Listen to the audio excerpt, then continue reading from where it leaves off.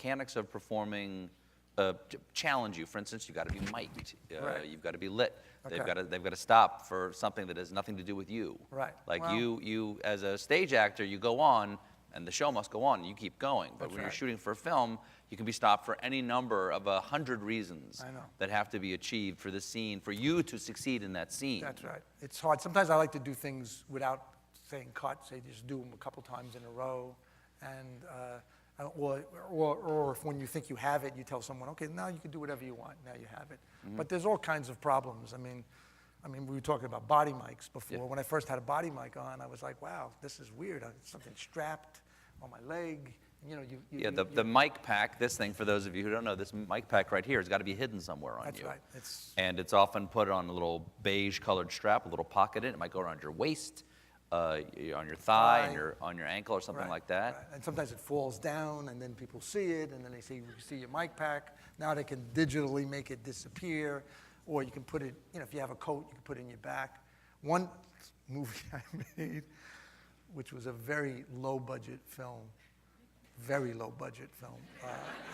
and it has like everyone in the world in it, like Sam Jackson, Steve Buscemi, my brother's in it, Michael Badalucco, Jennifer Beals, all these people. Is this? It's called The Search for One-Eyed Jimmy, and they had like it was like they made it for $60,000. It was so cheap that the cinematographer, this is true, he had one eye. He had one eye.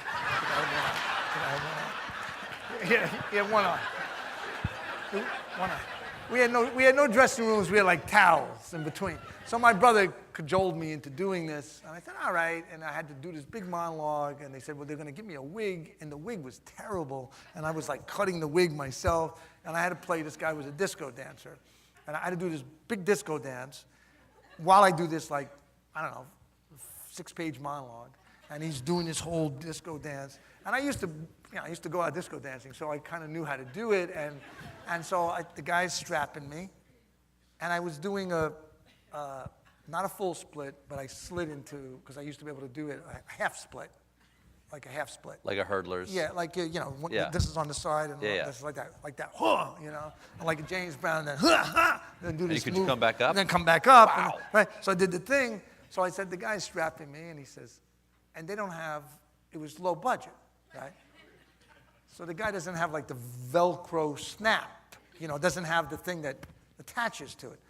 They couldn't afford Velcro? No, they didn't have it.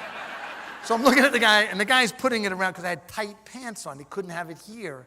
And I said, wow, you're putting it over here because the mic thing was here. And I said, you know, he says tape. The tape wasn't working. So, so don't worry about it because he also was a very low-budget sound man. And even though he had 2 eyes. So he takes a safety pin. He puts a safety pin over there. I'm like, I said, you sure? You know, the safety pin. I said, I'm going to do the thing. He goes, no, you're going to be fine. He says, no. He said, we got to shoot. The guy with the one eye. He said, come on, we got to shoot. You know, like, and it was like in this cold warehouse, and I'm doing this, doing this thing, telling the story, whatever, and I do the, right, on camera.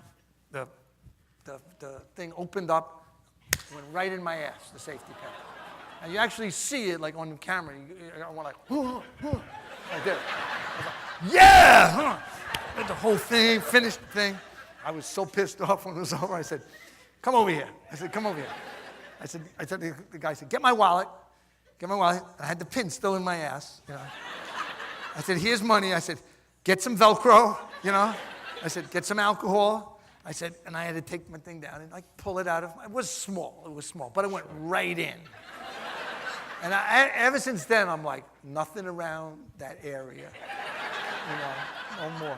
That's what happens when you do a low budget, because you never know. You guys are like, there are directors who say, well, hang off this cliff, That's like the last time you ever see anybody, or stunt guys, I've done those Transformer films, and these guys have so many injuries, and like, you have to floor the car. And I was like, I have kids. I'm not flooring the car if I can't see what I'm doing.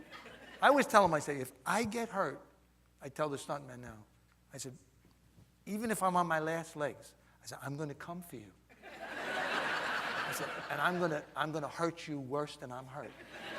So I'm going to tell you that right now, because I don't like to hurt other people or to get hurt. And many times in movies, people get hurt all the time. Sure.